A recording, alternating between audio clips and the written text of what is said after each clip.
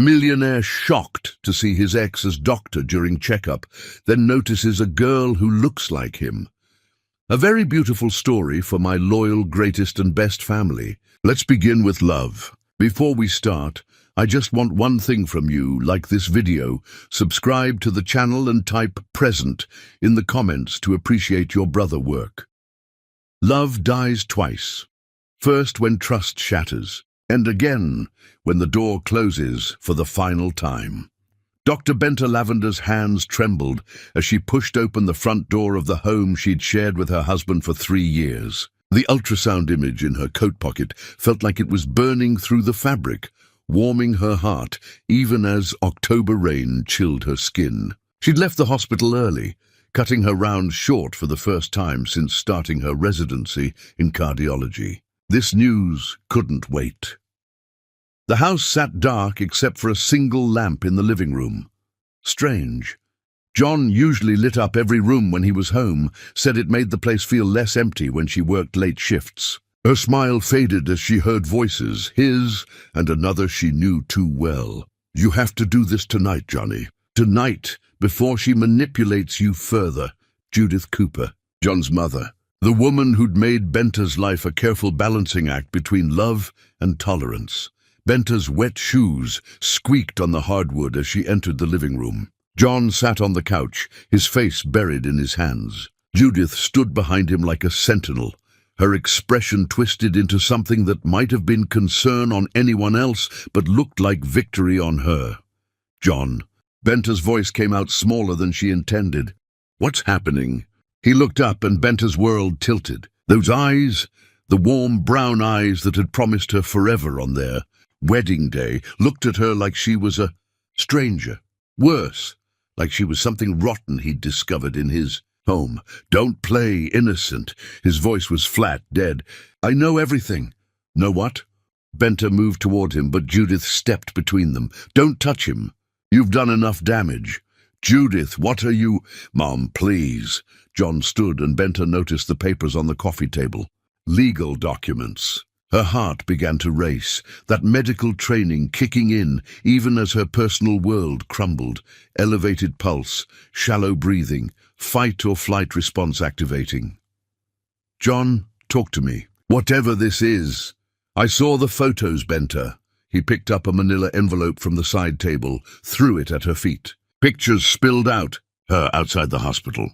Her at a coffee shop. Her standing close to Dr. Raymond Wells, her attending physician and mentor. Normal, innocent moments twisted by angles and timing to look like something else entirely.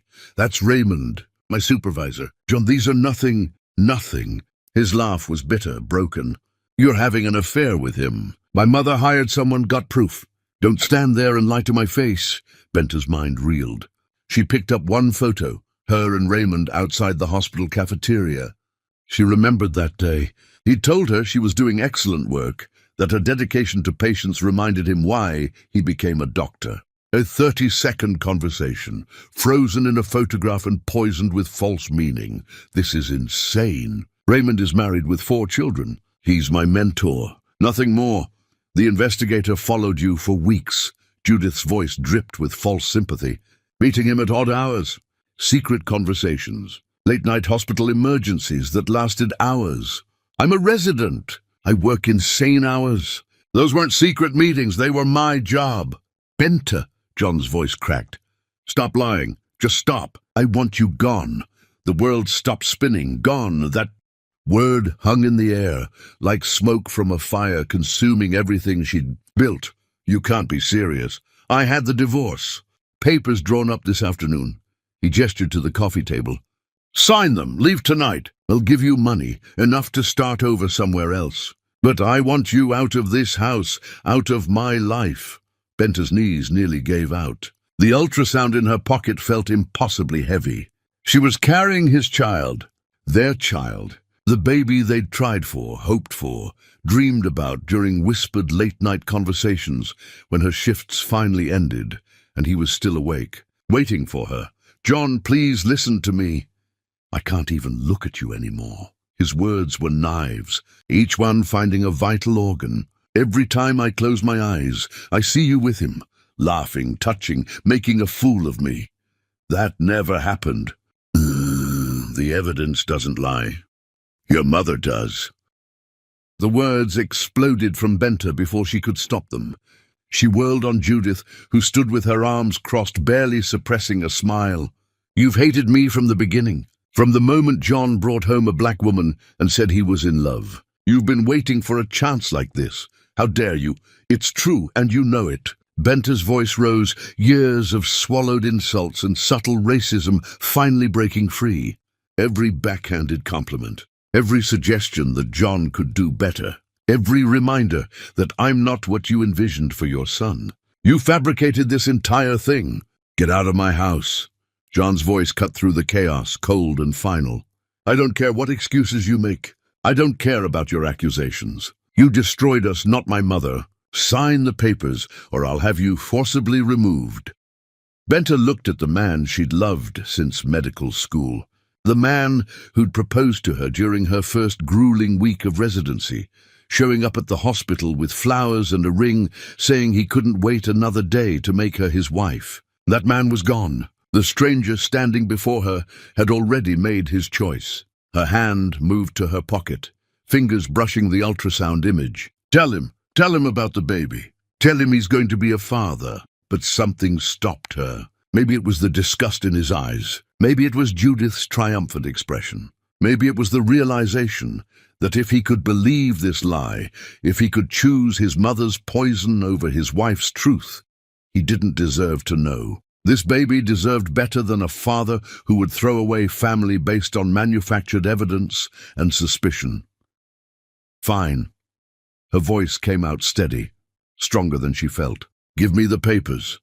She sat down, picked up the pen with hands that had sutured wounds and restarted hearts, and signed away her marriage. Each signature felt like a betrayal of everything they'd promised each other. But what choice did she have?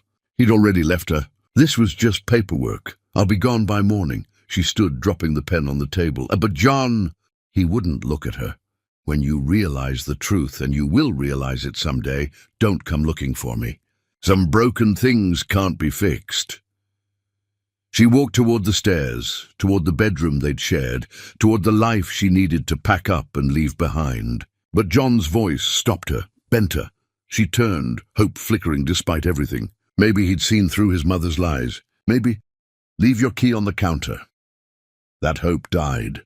She went upstairs, threw clothes into a suitcase with shaking hands. Crying would come later. Right now, she needed to survive.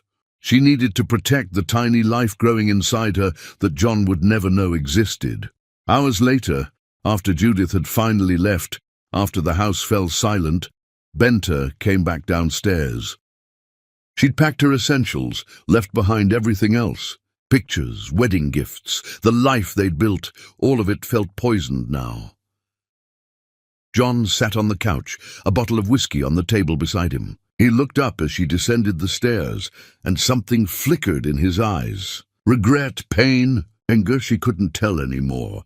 This is really it? He asked, words slurred at the edges. You're really leaving? Wati, you're really making me go.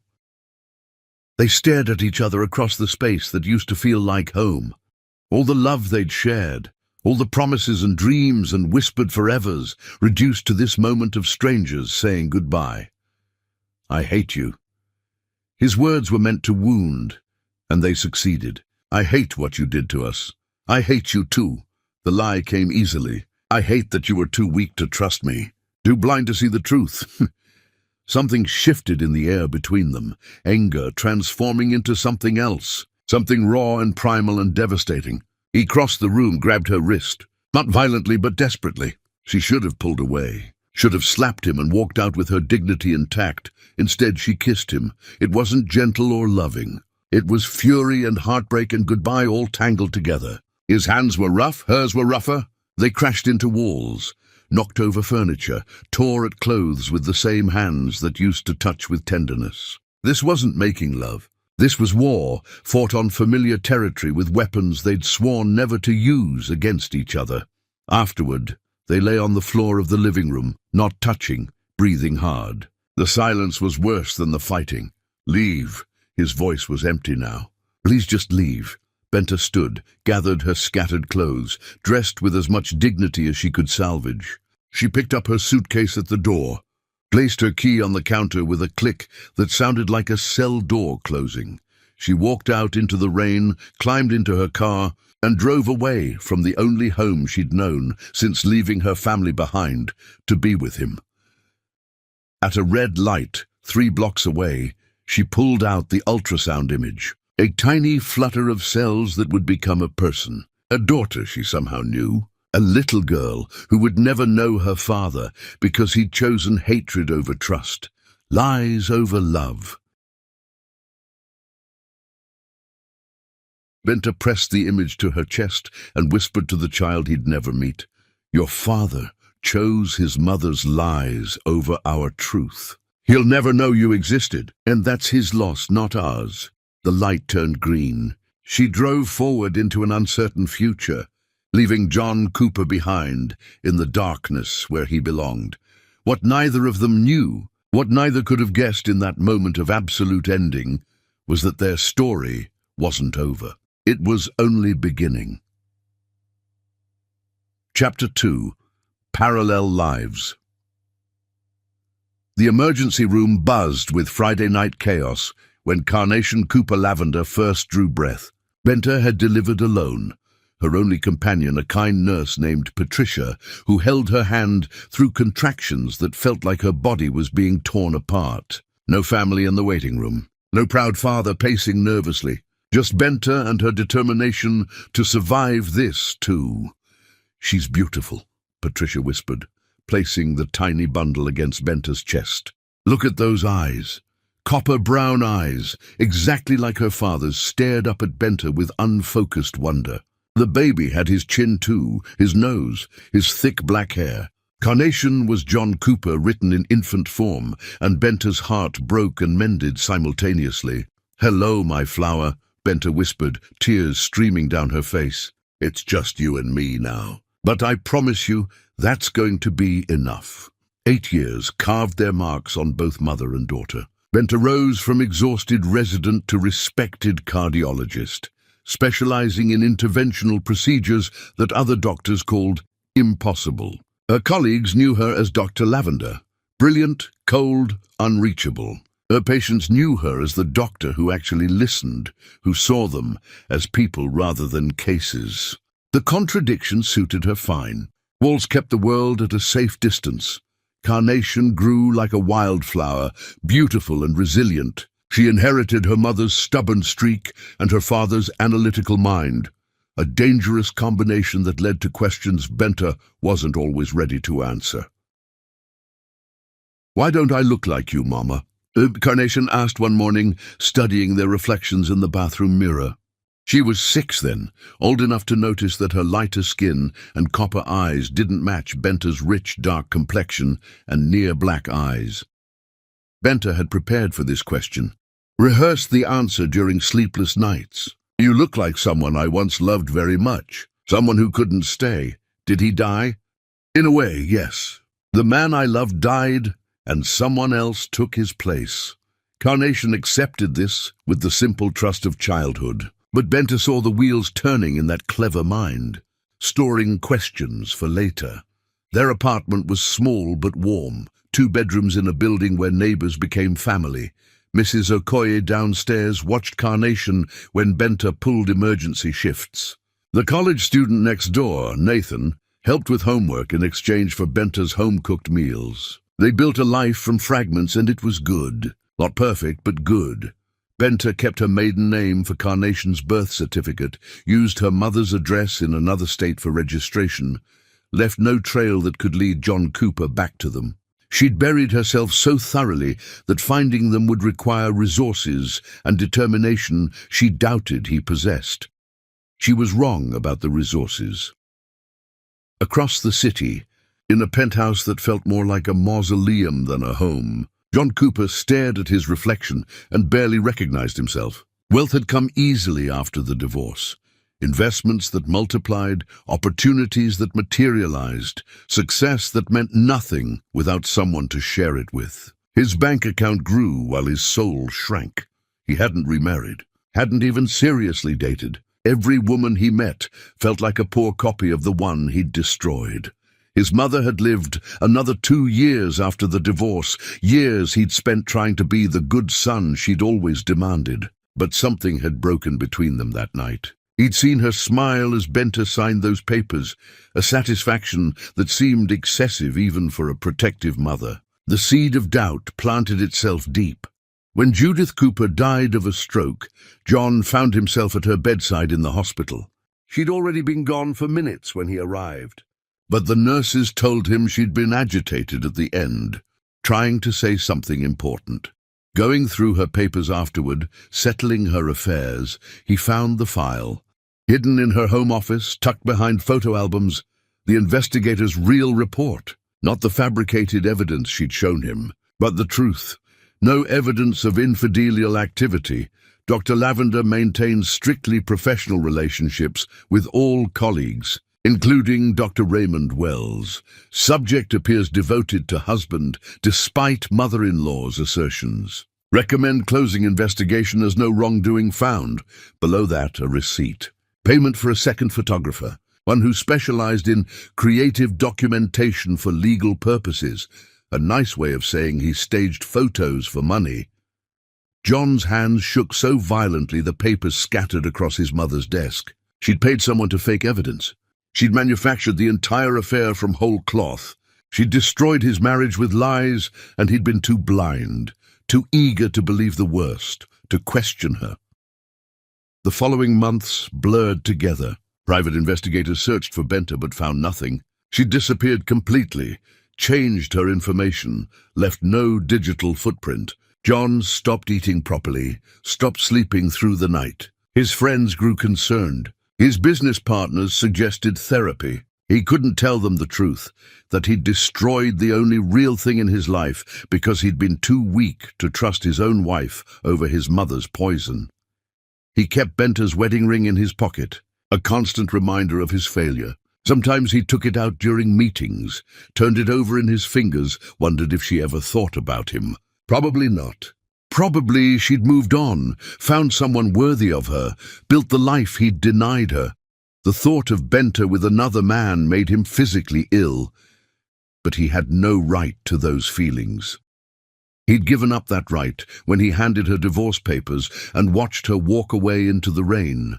What John didn't know, what he couldn't know, was that Benta thought about him every single day, not with longing, but with anger that had calcified into something harder over time. Every time Carnation asked about her father, every time those copper eyes looked up at her with John's expressions, Benta remembered. And remembering kept her strong, kept her walls high, kept her from ever being vulnerable again.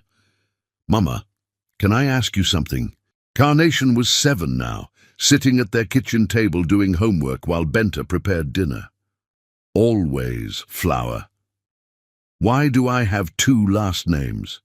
Benta paused mid-chop. "Cooper Lavender, one from each of your parents. But you only use Lavender now. I changed mine back after the divorce." "What's divorce?" There it was. The question Benta had dreaded and anticipated in equal measure. She sat down across from her daughter, wiping her hands on a towel. "It's when 2 people who were married decide they can't be married anymore. They stop being a family. Did my father want to stop being a family with us?" "He didn't know about you, baby." "I left before I could tell him." "Why?" "How do you explain betrayal to a child? How do you describe the moment when love turns to ash in your mouth? Because sometimes people show you who they really are and you have to believe them. Your father chose to believe lies about me instead of trusting me. That told me everything I needed to know about who he was." Carnation processed this with her usual seriousness. "What if he changed?" People don't change that much, Carnation. But caterpillars become butterflies. You told me that's called metamorphosis." Benta couldn't help but smile, despite the ache in her chest. "You're too smart for your own good. I got it from somewhere." Carnation grinned, then grew serious again. "Do you think he ever wonders about you?" "Well, every day," Benta thought. If there's any justice in the world, he wonders every single day what he threw away. I don't know, Flower. And honestly, I don't care anymore. We have each other, and that's what matters. It was a lie, but a necessary one. Benta cared. She cared enough that it still hurt, which made her angrier at herself than at John. She should have moved past this by now. Should have built a new life where he was just a footnote, a mistake from her past. Instead, he haunted every corner of her present. That night, after Carnation fell asleep, Benta stood in her bedroom and pulled out the box she kept hidden in her closet. Inside, the ultrasound from that awful night, her wedding ring, a single photo of her and John from their honeymoon. She'd kept them not out of sentiment but as evidence, proof that she'd once been foolish enough to believe in forever. She studied John's face in the photograph.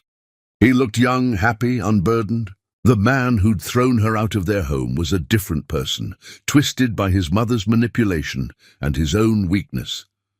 "I hope you're miserable," she whispered to the photo. "I hope you wake up every day and remember what you did. I hope it eats you alive." But even as she said it, part of her wondered if he even thought about her anymore. Maybe he'd moved on easily, found someone else, built a new family with a woman his mother would have approved of. Maybe their marriage meant so little that forgetting her had been simple. That thought hurt worse than the betrayal itself. Benta put the box away, climbed into bed, and stared at the ceiling until sleep finally claimed her. In her dreams, she was back in that living room, signing divorce papers while her heart shattered. But this time, when she stood to leave, she turned back and told him about the baby. In her dreams, he believed her, begged her to stay, chose her over his mother. She always woke up angry at herself for even dreaming of that possibility. Across the city, John lay awake in his empty penthouse, staring at Benta's wedding ring in his palm. He'd worn a groove in the gold from constant handling, a physical reminder of his failure. Tomorrow, he had an appointment at Memorial Hospital for the chest pains that had been plaguing him for months. Stress-related, probably. Karma, definitely. His doctor had referred him to a cardiologist for a full workup, someone supposedly brilliant with complex cases. He didn't know the doctor's name. Didn't care. Nothing mattered anymore except the hope that maybe, somehow, someday, he'd find Benta and have the chance to beg for her forgiveness. What he didn't know was that tomorrow would bring him face to face with everything he'd lost. And standing beside her would be the daughter he never knew existed. A little girl with his eyes and his mother's name on her birth certificate. A daily reminder to Benta of the man who chose wrong. "Please," John whispered to the darkness, to God, to whoever might be listening. "Let me find her. Let me make this right." But some prayers go unanswered. Some mistakes can't be fixed with words. And some reunions, when they finally come, bring more pain than healing. John would learn all of this the next day, when he walked into Dr. Lavender's office and saw the ghost of his past standing in the present, more beautiful and unreachable than ever. Chapter 3. The Collision. Memorial Hospital smelled like antiseptic and false hope. John sat in the cardiology waiting room, his knee bouncing with nervous energy that had nothing to do with his medical condition. The chest pains had become frequent enough that his primary physician insisted on this specialist consultation. John suspected stress was crushing him from the inside out, fitting, since guilt had been doing the same thing for 8 years. "Mr. Cooper?" A nurse appeared with a clipboard. "Dr. Lavender will see you now." John followed her down a hallway lined with paintings of hearts, anatomical, abstract, symbolic. They stopped at a door with a nameplate that read, "Dr. B. Lavender, Interventional Cardiology." Something about that initial nagged at his brain, but he couldn't place why. "Just through here. The doctor will be with you in a moment." The office was sparse but personal. Medical journals stacked neatly on a desk, a few framed certifications on the wall, and a child's drawing taped beside the computer monitor. A stick-figure woman in a white coat holding hands with a smaller stick figure, both smiling under a purple sun. The smaller figure had written, "My mama is a hero," in careful letters across the top. John smiled despite himself. Dr. Lavender was apparently a mother. He wondered if she was married, if she had the family life that should have been his and Benta's. The door opened behind him. "Mr. Cooper, I apologize for the wait. I was just finishing with another patient." John turned around, and the world stopped spinning. Benta. She stood frozen in the doorway, a patient file clutched in her hands. 8 years had transformed her from beautiful to devastating. Her hair was shorter now, cut in a professional style that framed her face. She wore minimal makeup but didn't need it. She'd always had that effortless elegance that made other women jealous. The white coat sat perfectly on her shoulders, a stethoscope draped around her neck like jewelry, but it was her eyes that destroyed him. Those deep, dark eyes that used to look at him with love, now stared at him with something far worse than hatred, recognition, memory, and absolute, Arctic coldness. Benta. Her name fell from his lips like a prayer, like a confession, like an apology that could never be enough. "It's Dr. Lavender." Her voice could have frozen water. She stepped into the office, closed the door with careful precision, and moved behind her desk like she was putting a barricade between them.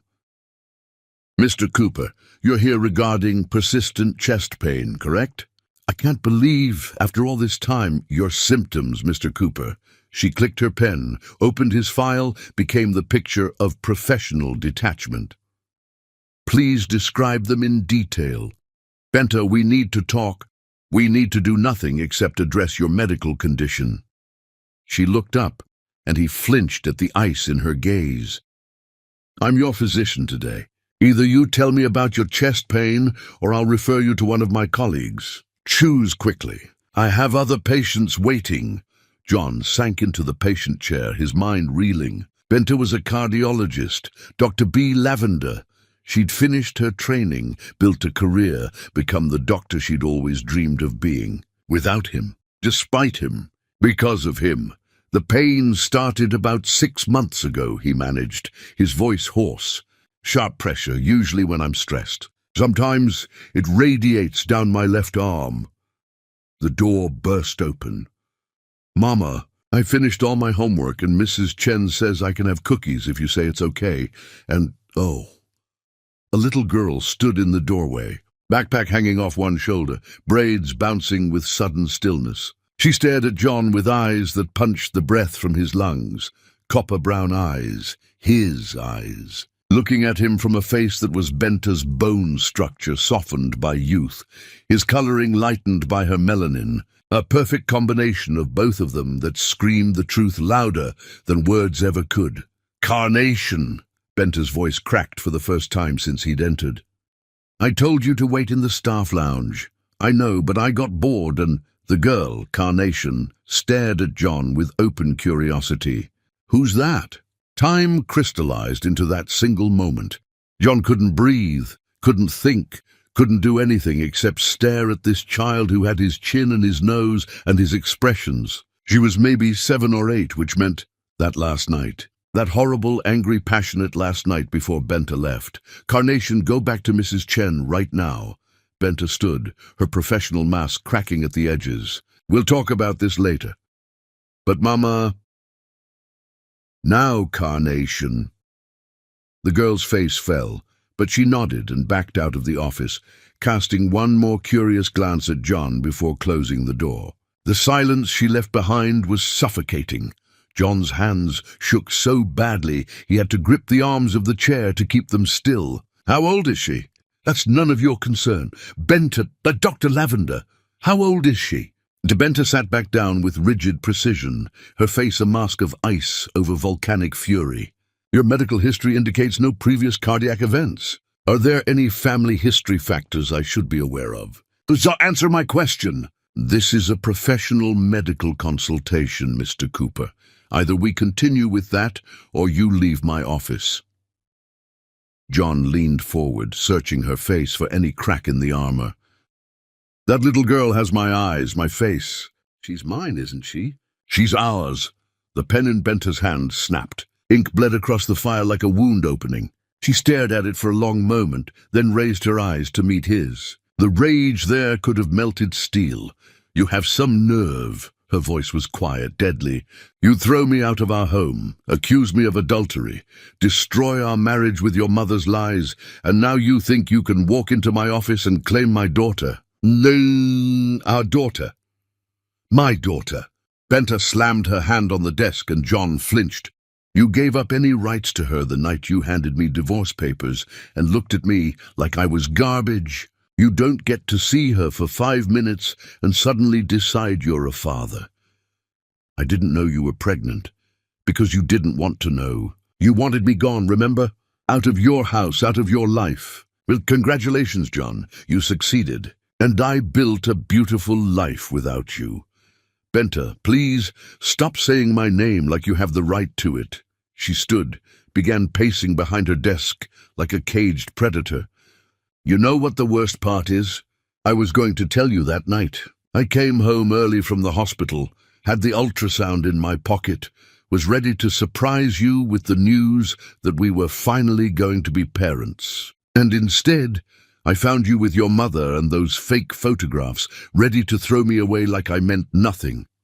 I know. You know nothing." Her laugh was sharp, broken.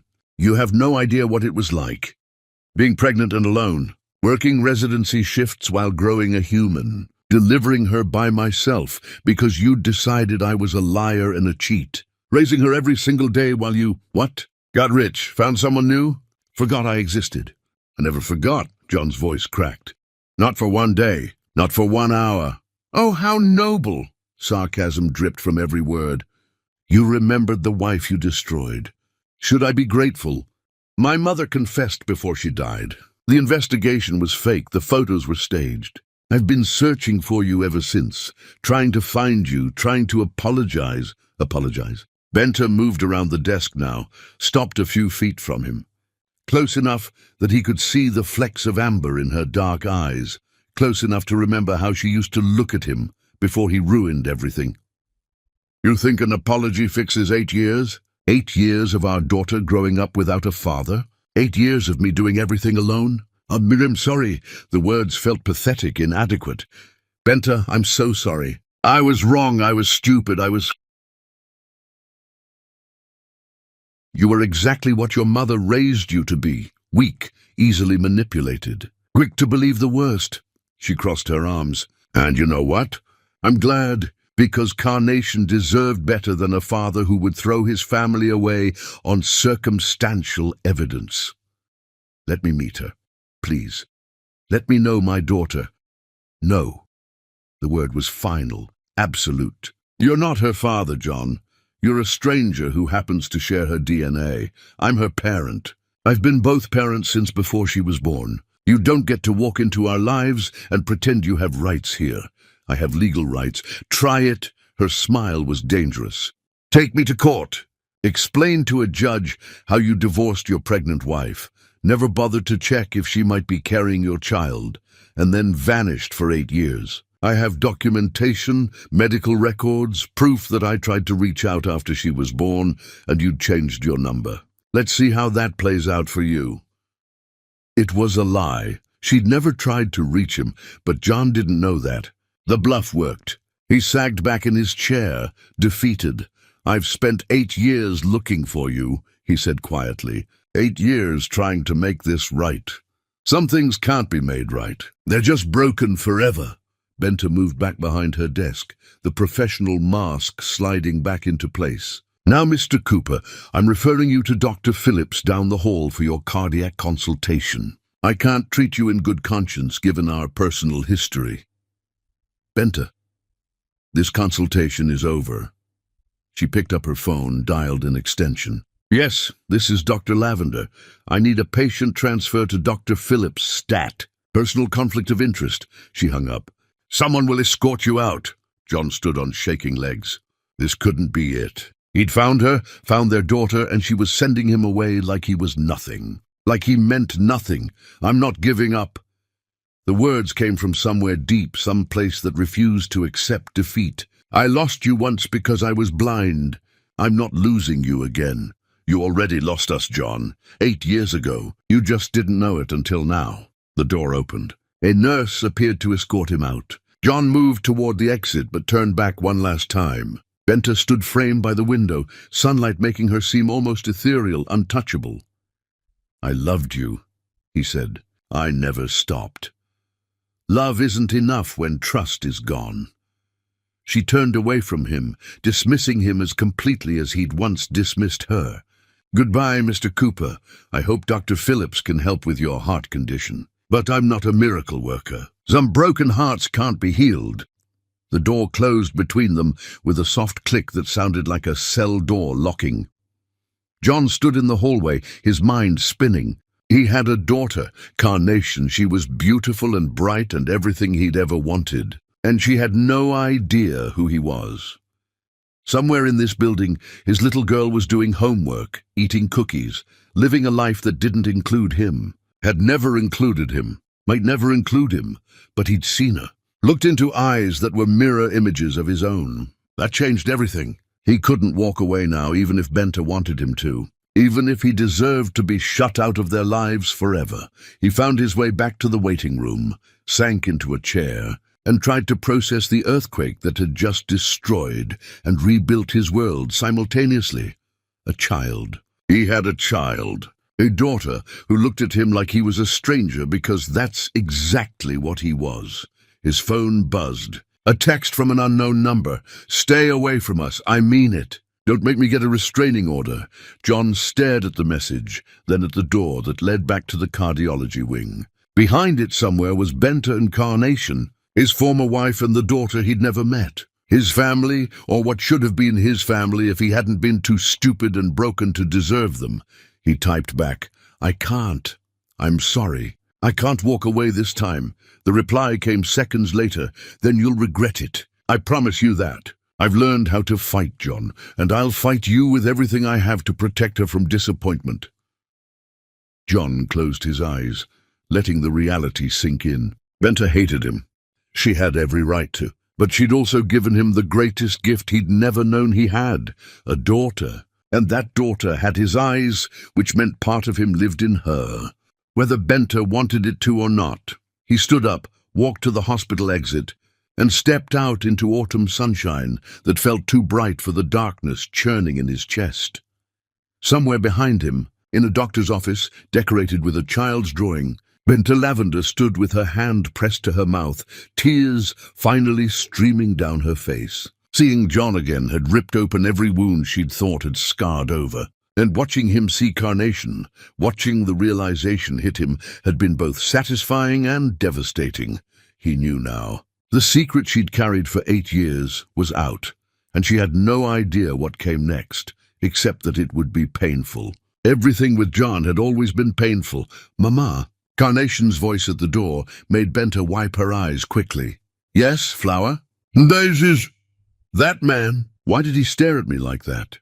Benta knelt down, pulled her daughter into a tight hug, breathed in the scent of her shampoo and innocence. Some people see ghosts in other people's faces. What does that mean? It means you remind him of someone he used to know. Oh! Carnation pulled back, studied her mother's face with those 2 knowing eyes. Were you crying? No, baby, just tired. It was a long day. Can we get pizza for dinner? Anything you want. As Carnation ran ahead toward the exit, Benta followed slowly, her mind already spinning with contingency plans. Restraining orders, custody lawyers, protective measures. She'd built a fortress around them for 8 years. She wouldn't let John Cooper tear down those walls just because he'd suddenly developed a conscience. But deep down, in a place she refused to acknowledge, a traitorous part of her wondered, what if he had changed? What if his remorse was real? Then she remembered his face when he'd accused her of adultery, his voice when he'd told her to leave, his choice to believe lies over love. No, people didn't change that fundamentally, and even if they did, it was too late. The damage was permanent. John Cooper could spend the rest of his life regretting what he'd done. That was the only justice Benta needed. Chapter 4. The Reckoning Begins. John sat in his car across from Memorial Hospital for 3 hours, watching the staff entrance like a man possessed. Every rational thought had evaporated the moment he'd looked into his daughter's eyes. Carnation. Even her name was beautiful, unusual and perfect. He did the math. 8 years ago. That last night. He vomited in the bushes. When Benta finally emerged, with Carnation's small hand clasped in hers, John felt something crack open inside him. They walked to an older sedan, climbed in, and drove through progressively less affluent neighborhoods. He followed at a distance, careful but desperate.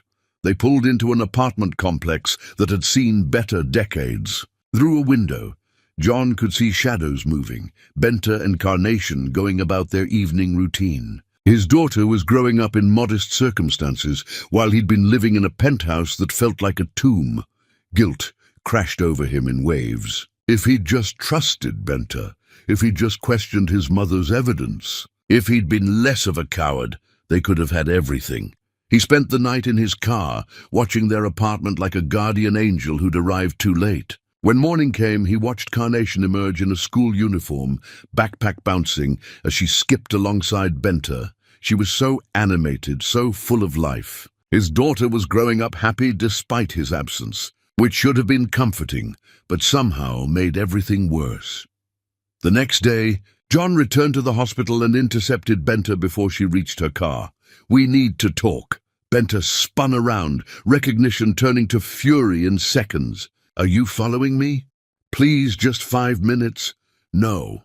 She pulled out her phone. "I told you to stay away. I will call the police right now if you don't leave. I just want to understand. Please, Benta, help me understand how this happened." "How it happened?" Her laugh was bitter. "You want a biology lesson? When two people who hate each other have one last hate-filled encounter, sometimes consequences occur. Is that clear enough?" "I meant, why didn't you tell me?" "Tell you?" She stepped closer, jabbing a finger at his chest.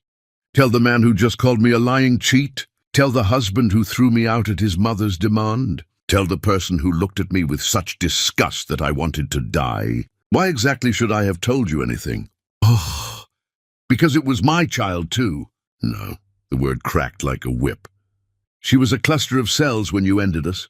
She became a child when I went through hell alone to bring her into this world. You didn't earn anything except the right to be forgotten. I would have stayed if I'd known, stayed out of obligation." Benta's eyes blazed. "Stayed while resenting us both? No, thank you. Carnation deserved better than a father who stayed out of guilt. My mother confessed before she died. She paid someone to stage those photos.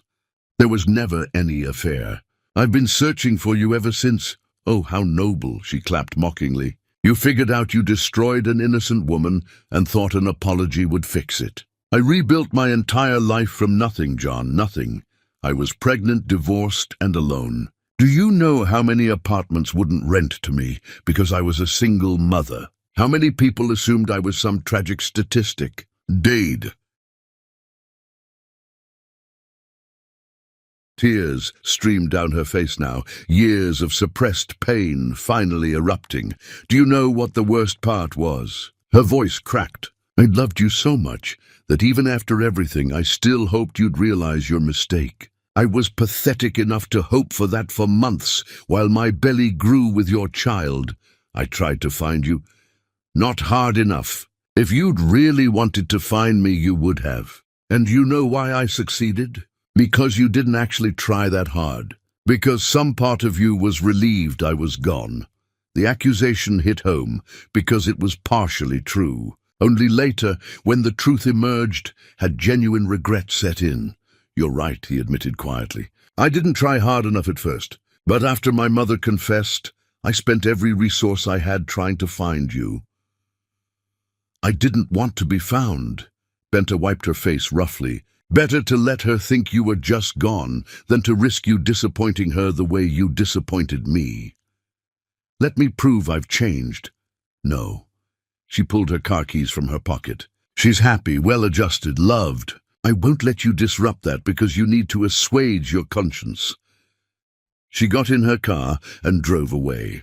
leaving John standing in the parking lot with the weight of 8 years crushing down on him.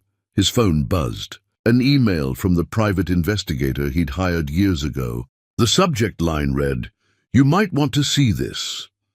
Inside was a link to Carnation's school website, a class photo. His daughter smiling at the camera, missing a front tooth, eyes full of joy. Below the link, a message. "Found this while doing unrelated research. Thought you'd want to know. Hawthorne Elementary." John stared at the photo. He knew where she went to school. He shouldn't use that information. Shouldn't go anywhere near her school. But instead, he saved the email and put Hawthorne Elementary's address into his GPS. Some mistakes compound themselves. Some bad decisions lead to worse ones. And sometimes, a man who's already lost everything convinces himself he has nothing left to lose. Chapter 5. The Siege. Carnation noticed the crying man first. She was 7 years old and observant. The man appeared outside her school for 3 days, standing across the street beneath the oak tree, watching but never approaching. She had a nice face when he wasn't crying. "Mama, there's a man who watches us," she mentioned casually while they walked to the car after school. Benta's entire body went rigid. "What man, Flower?" "The one under the tree. See? He's there again." Benta turned, and even from across the street, John felt her fury like a physical blow. She grabbed Carnation's hand and dragged her to their car. "Stay away from us," she shouted, loud enough that other parents turned to stare. "I will call the police." John just stood there, soaking in every second he could see his daughter. Carnation peered at him through the car window, her face pressed to the glass with curiosity. He lifted his hand in a small wave. She waved back before Benta noticed and pulled her away from the window. That night, John's phone buzzed with a message from an unknown number. "If you show up at her school again, I'm getting a restraining order. This is your only warning." He should have listened. Instead, he showed up the next day, and the day after that. He'd sit in his car down the street, watching their windows light up as evening fell. Sometimes he'd see Carnation's silhouette as she moved past the curtains. Once he saw her dancing to music he couldn't hear, spinning in circles with her arms out like a bird. His daughter loved to dance. He stored that information away like treasure. On the 5th day, Benta came out alone after Carnation was presumably in bed. She marched straight to his car and pounded on the window until he rolled it down. "This ends now." She threw a manila envelope through the window. "Restraining order. If you come within 500 feet of me, Carnation, her school or our home, you'll be arrested. Do you understand?" "Benta, do you understand?" He picked up the envelope. "Official legal documents. Temporary restraining order pending a hearing. I just want to see her." "You don't have that right." Benta's voice shook with exhaustion. "You show up everywhere like some kind of ghost. Carnation asked me tonight if you were dangerous. My 7-year-old daughter is worried about the strange man stalking us." Guilt stabbed through him. "I didn't mean to scare her, but you did, because you're thinking about yourself, not about her. What happens when the novelty wears off, John? When being a father's hard? Will you stick around then, or will you bail?" She was right. He knew she was right. "She waved at me," he said desperately. "I did at the school when you were pulling away. She waved at me." Benta's face crumpled for just a second. "Did I say do? But so children wave at strangers. It doesn't mean anything. She has my eyes, Benta. She's mine. She's mine." Benta's control shattered. "I carried her, I birthed her, I raised her." "You're just DNA, John. Being there makes you a father. And you weren't there." "Because I didn't know." "Because you didn't want to know." She stepped closer, her voice dropping to something dangerous. "You looked at me like I was nothing. Like 3 years of marriage meant nothing. I walked away and promised myself my baby would never know what it felt like to be unwanted. I would have wanted her." "You didn't want me. Why would you want a child you thought was conceived through adultery?" She wiped her face roughly. "I saved us from that hell, John. I saved Carnation from growing up in a house filled with suspicion and resentment." She turned and walked away, and this time John didn't follow. That night, John hired a lawyer specializing in family law. The lawyer listened to his story with increasing concern. "Mr. Cooper, I'll be blunt. You have almost no case. You abandoned your daughter. Dr. Lavender has documentation proving she's been the sole provider and caregiver. Any judge would side with her. What if I fight anyway? Then you'll spend tens of thousands on legal fees, traumatize your daughter, and ultimately lose." John left the office feeling hollowed out. Every path forward was blocked. That afternoon, he violated the restraining order again. He stood in the parking lot exit of Memorial Hospital, forcing Benta's car to stop. "I hired a lawyer. She told me I have no rights, no way to force you to let me see Carnation," he said, moving closer but not threatening. "My only option is convincing you voluntarily. So I'm asking, please let me know my daughter." "No." "Why?" "Give me one reason. I don't need a reason beyond protecting my child." A car honked behind them. Benta put her car in gear, ready to drive around him. John played his last card. "I love her," he said simply. "I don't even know her, but I love her. It's all I have to offer." Benta stared at him, and for the first time since they'd reunited, her mask completely fell away. Beneath the anger and the ice, he saw the woman he'd married looking at him now with pity. "Love isn't enough when trust is broken," she said quietly. "You didn't love me enough to trust me, so your love isn't worth what you think it is." She drove around him, leaving him standing in the parking lot as cars honked and drivers cursed. That night, John made a decision. He couldn't force his way into their lives. All he could do was prove, through consistent action over time, that he'd changed. So he set up a trust fund in Carnation's name, money she could access at 18, whether he was in her life or not. He wrote a letter explaining everything and gave it to his lawyer with instructions to deliver it to Benta only if something happened to him. And then he did the hardest thing he'd ever done. He stayed away. No more stalking, no more following. He respected the restraining order completely, painfully, with every fiber of his being screaming to break it. But he didn't disappear entirely. Every week, he sent a single rose to Benta's office at the hospital. No note, no demands, just a rose. The first rose she threw in the trash. So did the second, third, and fourth. But the fifth one she put in a vase on her desk. Not because she'd forgiven him, just because the flower was beautiful. And sometimes, when her shift ended, she'd glance at the oak tree across from Carnation's school where John used to stand. He wasn't there anymore. The spot was empty, exactly as she'd demanded. She told herself she was relieved. But late at night, when Carnation was asleep and the apartment was quiet, Benta would look at the rose on her desk and wonder if some broken things deserved a chance to heal. Chapter 6. The Daughter's Eyes. Carnation was too smart for her own good. Benta had known this since her daughter was 3 and started asking questions that most children wouldn't think of for years. It was John's analytical mind, combined with Benta's stubborn refusal to accept simple answers, a dangerous combination wrapped in a 7-year-old package. Which was why, when Carnation's teacher, Mrs. Holloway, called requesting a parent conference, Benta's stomach dropped. "Is she in trouble?" Benta asked, squeezing the phone between her shoulder and ear while reviewing patient charts. "Not exactly, but we need to discuss a recent assignment." Mrs. Holloway's tone was careful. "Can you come by after school today?" 3 hours later, Benta sat in a child-sized chair across from Mrs. Holloway's desk, feeling like she was the one in trouble. The teacher slid a piece of paper across the desk, an essay titled "The Mystery of My Missing Father," written in Carnation's neat handwriting. Benta's blood ran cold as she read, "Everyone in my class has a father except me. Some fathers live with them, some live far away, but everyone knows who their father is, except me. My mama says my father wasn't strong enough to stay, but I don't think that's the whole truth. Adults always give half-truths when they think kids can't handle real answers. I've been noticing things. There was a man who used to watch us outside my school. He stopped coming after Mama yelled at him, but I remember his face. He had eyes like mine, the exact same color, like pennies in the sun. Nobody else has eyes like mine except him.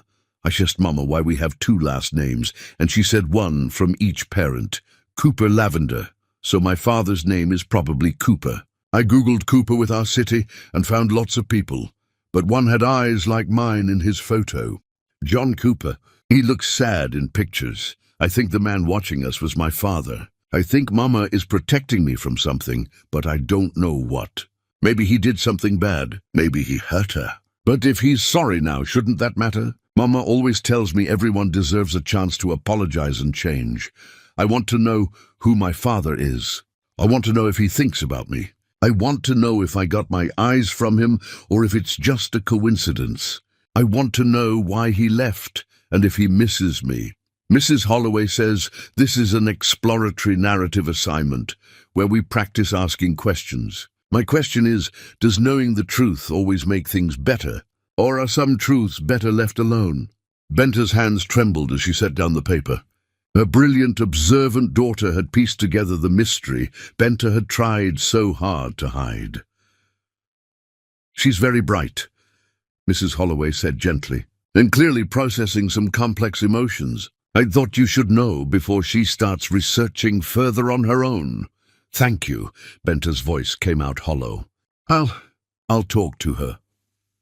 That afternoon, after picking Carnation up from school, Benta suggested they get ice cream, their usual ritual for difficult conversations. Carnation ordered chocolate with sprinkles and waited patiently while Benta struggled to find words.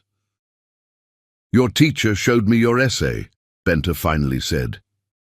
Carnation licked her cone thoughtfully. Are you mad? No, What was she? Angry that John's appearance had disrupted their peace. Said that Carnation was asking questions Benta wasn't ready to answer. Terrified that she was losing control of the narrative she'd carefully built. I'm concerned. That's a lot of detective work you did. I learned from watching you with patience. You always say observation is the first step to diagnosis. Carnation's smile was proud. Was I right? Is that man my father? There was no point lying now. Carnation would just research more, ask more questions, eventually find answers on her own that might be worse than the truth. Yes, Benta admitted. That man was John Cooper. Your biological father.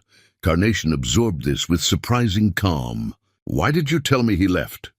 Because he did leave, just not the way you're thinking. Benta set down her own untouched ice cream. We need to have a very grown-up conversation, Flower. Are you ready for that? I'm always ready for truth, Mama. You taught me that. So Benta told her. An age-appropriate version, carefully edited to avoid adult concepts Carnation didn't need yet. She explained the divorce, the misunderstanding, the decision to raise Carnation alone. She left out the cruelty, the betrayal, the depth of pain. Children didn't need to carry their parents' wounds, so he didn't know about me. Carnation's face scrunched in concentration. You were going to tell him, but then you got divorced, so you didn't. That's right. But why didn't you tell him after I was born? Don't fathers have a right to know they have children? There it was. The question Benta had been dreading and anticipating in equal measure. It's complicated, baby. Your father had just hurt me very badly. I didn't think he deserved to know about you. But what about what I deserved? Carnation's voice was small but pointed. Didn't I deserve to know my father? The words hit like a physical blow. In all her justifications, all her reasons for keeping John away, Benta had convinced herself she was protecting Carnation. But her daughter was right. She'd made a unilateral decision that affected Carnation's entire life. You're right, Benta said quietly. I made that choice for you when maybe I shouldn't have. I thought I was protecting you from disappointment. From a father who might let you down the way he let me down. What if he wouldn't have let me down? What if he's changed? Carnation leaned forward. People can change, right? You tell your patients that all the time. That hearts can heal. That people can recover from damage. Physical hearts are different from emotional ones, Flower. But the principle is the same. Carnation's intelligence shone through her young face. Broken things can be fixed if you give them the right treatment and time. Benta wanted to argue, wanted to explain that some breaks were too severe, some damage too extensive. But looking at her daughter's hopeful face, she couldn't crush that optimism. Carnation still believed in second chances because she'd never been betrayed deeply enough to lose that faith. "What do you want, Carnation? Really want?" "I want to meet him." The answer came without hesitation. "Just once. Just to see if my eyes really came from him and if he's as sad as he looked." "He was watching us because he found out about you recently. Before that, he didn't know you existed. So he wants to know me too. Very much. Maybe too much." Benta sighed. "He's been overeager, following us. That's why I had to make him stop. He was following us because he wanted to see me." Carnation's face lit up in a way that made Benta's heart ache. "That means he cares! Or it means he feels guilty." "Guilt is just love that feels bad about itself," Carnation said, with the casual wisdom of childhood. "If he didn't love me, he wouldn't feel guilty, right?" Benta had no answer for that. Her daughter had somehow articulated in one sentence what Benta had been trying to deny for weeks, that John's desperation came from a genuine place. "Even if his methods were wrong, I'm scared," Benta admitted. "Scared he'll disappoint you. Scared he'll decide being a father is too hard and leave again. Scared you'll get hurt the way I did. But what if he doesn't?" Carnation reached across the table and took her mother's hand, with a maturity far beyond her years. "What if he's really sorry and really changed? Don't I deserve to find out? What if he hasn't changed? What if letting him into our lives brings nothing but pain? Then we'll deal with it together, like we deal with everything." Carnation squeezed her hand.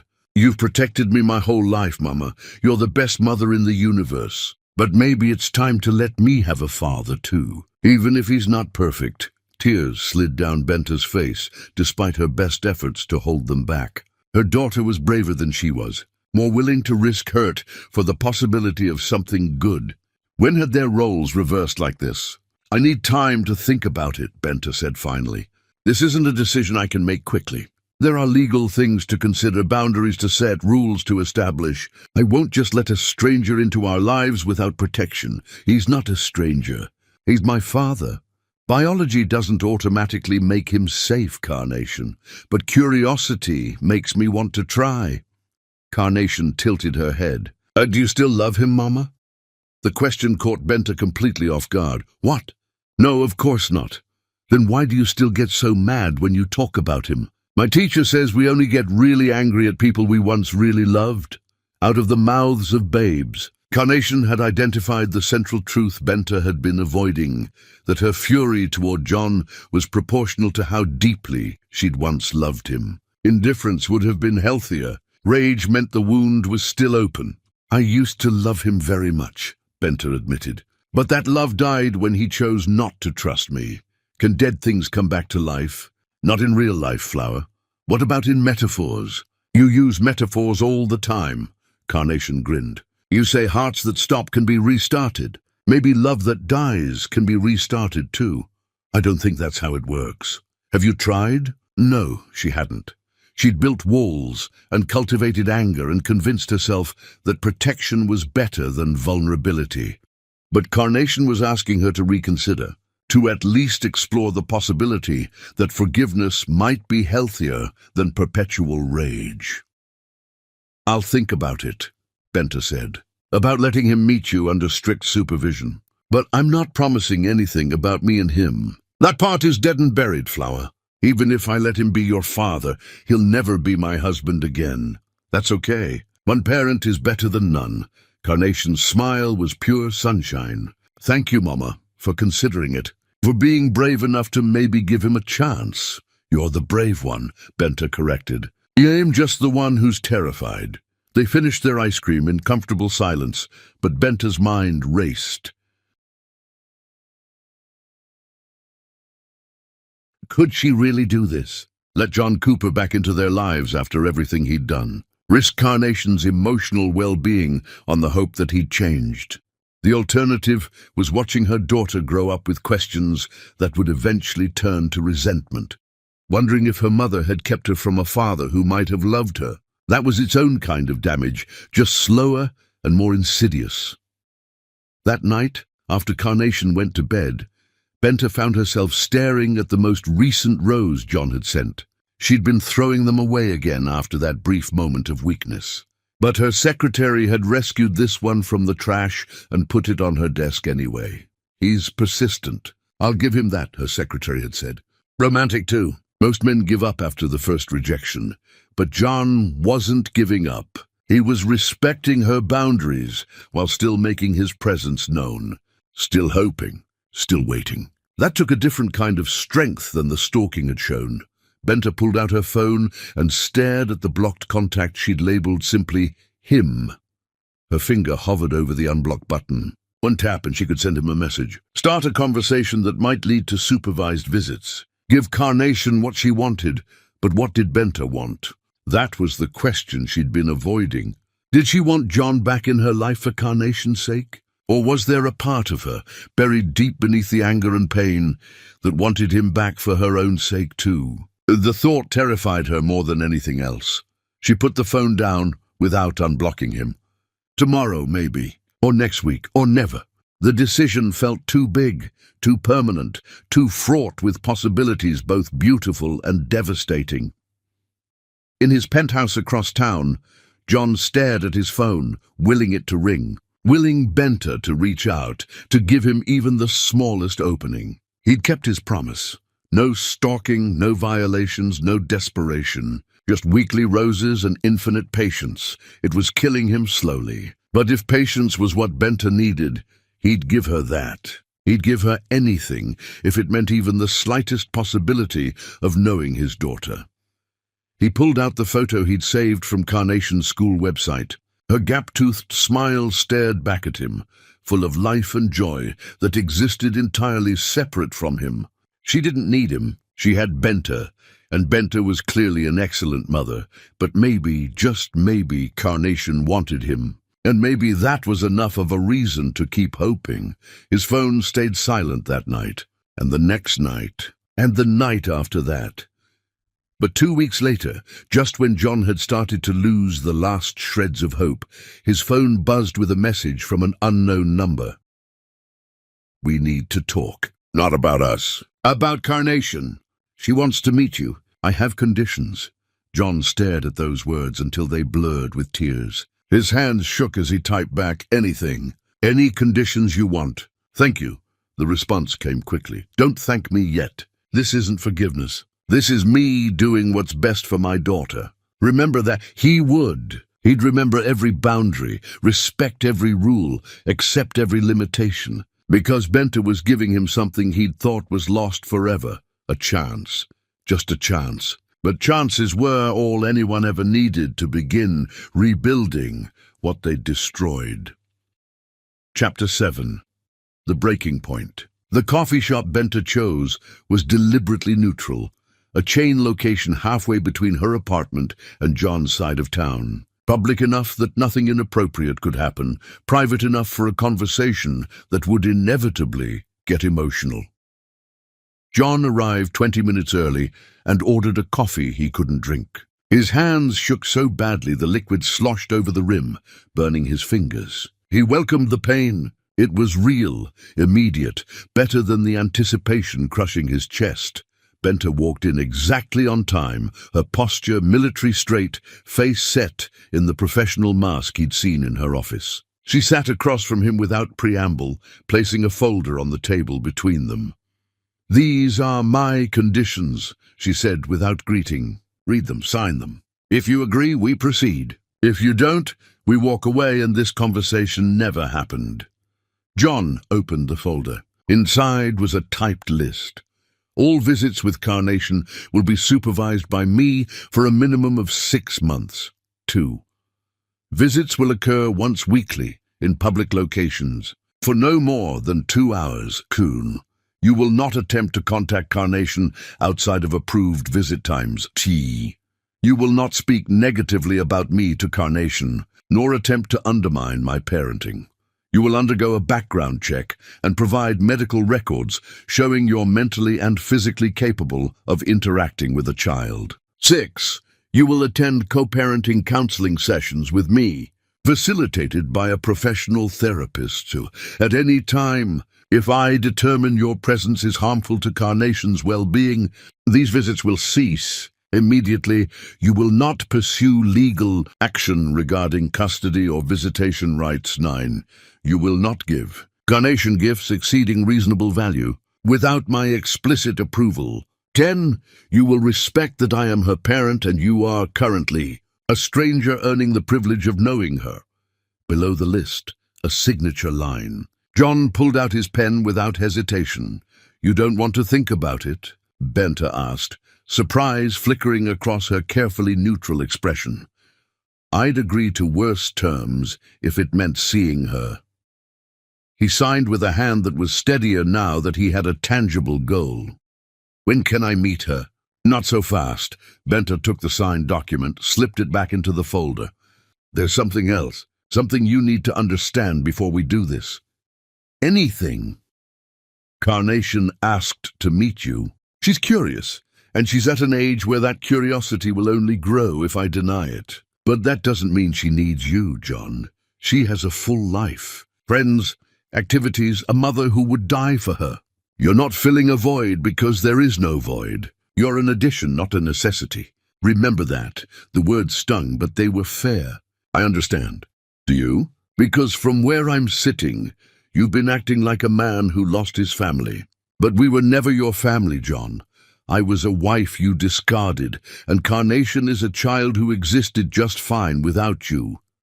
Her voice remained clinical, but her eyes betrayed deeper emotion. Don't come into her life thinking you're rescuing her or completing her. She's already complete. I know. And he did, painfully.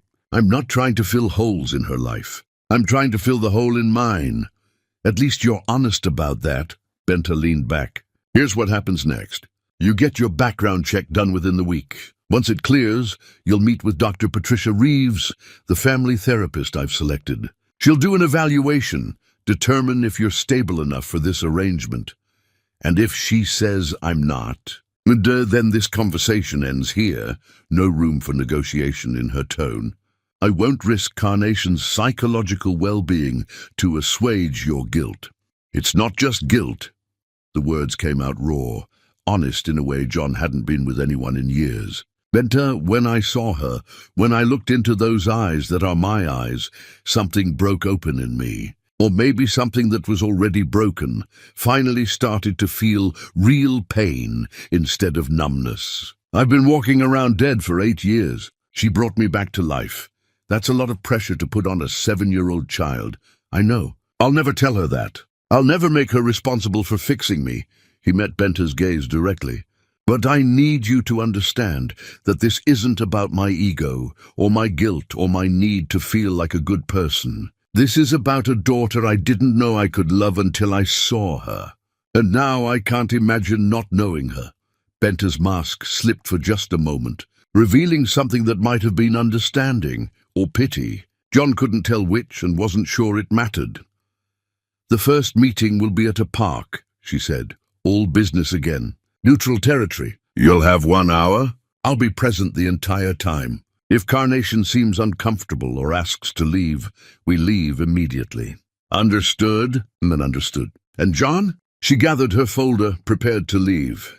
Don't break her heart. Because if you do, there's no coming back from that. Not with me and not with her. She may be curious now, but children learn quickly when adults can't be trusted. If you're not ready to be consistent, reliable, and present, tell me now, before we take this step. I'm ready. He'd never been more certain of anything. I'll do whatever it takes to be the father she deserves. She deserves someone who shows up, Benta said quietly. Not someone who promises the moon and delivers disappointment. Can you be that person? Could he? John searched himself honestly. He'd failed Benta catastrophically, had let his mother manipulate him, had chosen comfort over truth, had thrown away something precious because it required work to defend. But that man felt like a stranger now. 8 years of regret had burned away everything weak and left only the essential truth. He wanted to be better, needed to be better, for Carnation, if not for himself. "I can be that person," he said. "I will be." Benta studied him for a long moment, looking for cracks in his certainty. Whatever she saw must have satisfied her, because she nodded once, sharply. "Background check by Friday. Dr. Reeves will contact you for an appointment. If everything clears, we'll schedule the first meeting for 2 weeks from Saturday. Bring nothing except yourself. No gifts, no grand gestures. Just show up." She left without another word, leaving John sitting alone with cold coffee and a future that suddenly held possibility instead of just regret. He spent the next week in a whirlwind of preparation. Background checks submitted immediately. Consultation scheduled with Dr. Reeves. He even cleaned out his penthouse, making space for the possibility that someday, maybe, Carnation might visit. Child-proofing a space that had never held children felt surreal and hopeful in equal measure.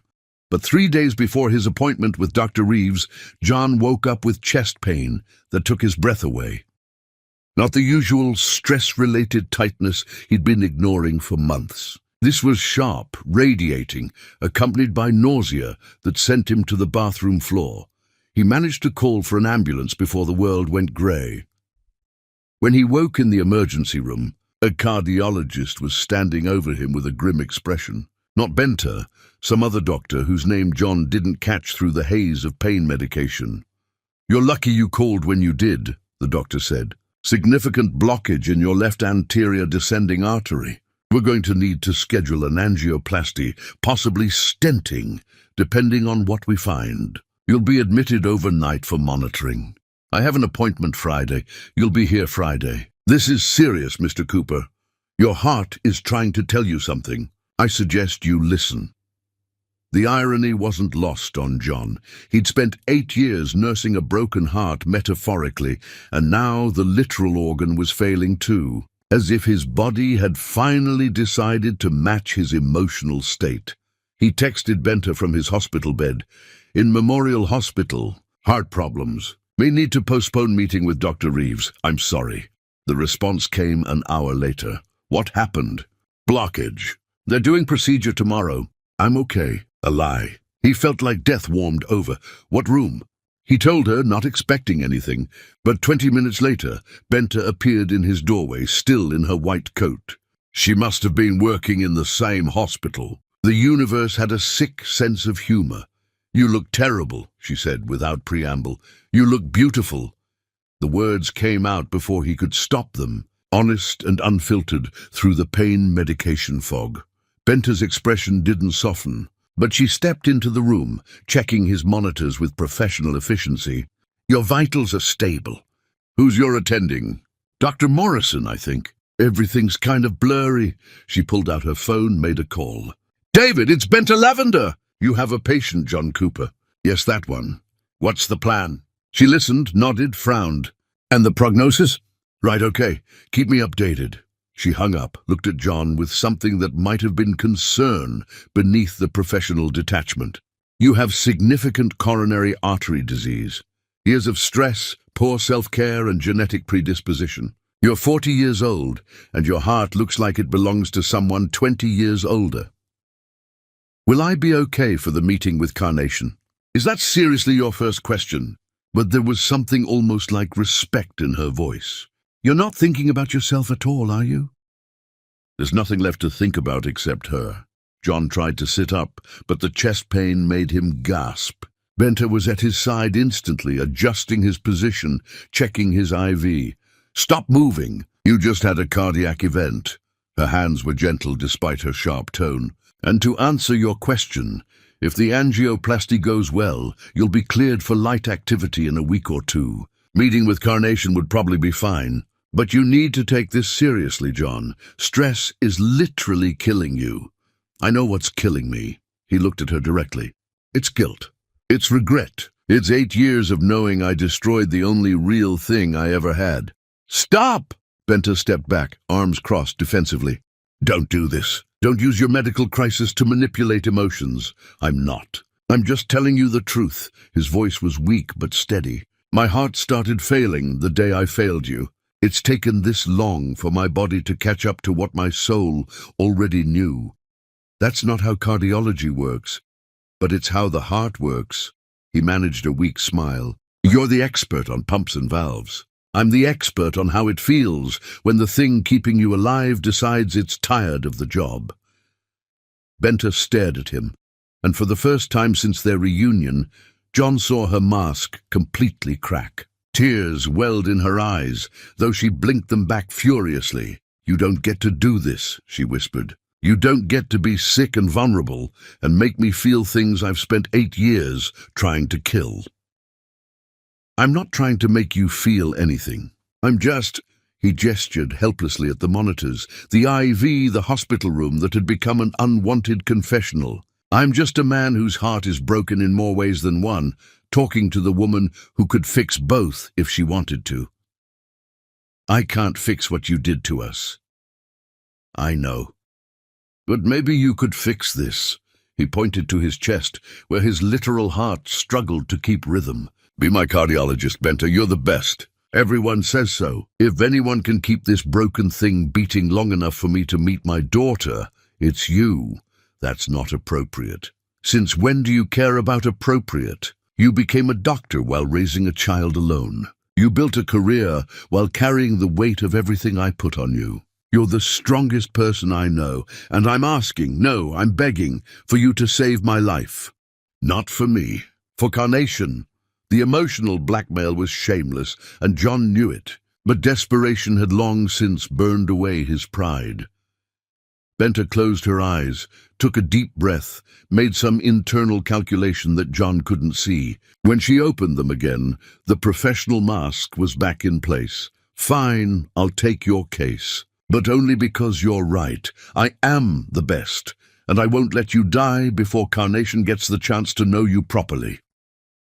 She pulled out her phone, started making notes. "Dr. Morrison will handle the angioplasty tomorrow, but I'll oversee your recovery and long-term treatment plan. You'll follow every single instruction I give. You'll change your lifestyle completely, and you'll stop using your health as an emotional weapon."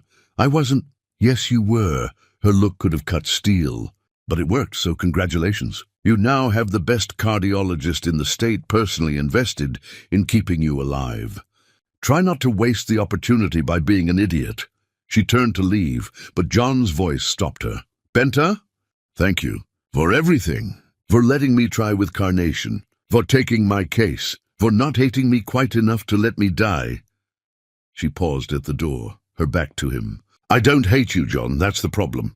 Hate would be easier. Hate would be clean. What I feel for you is so much more complicated than that."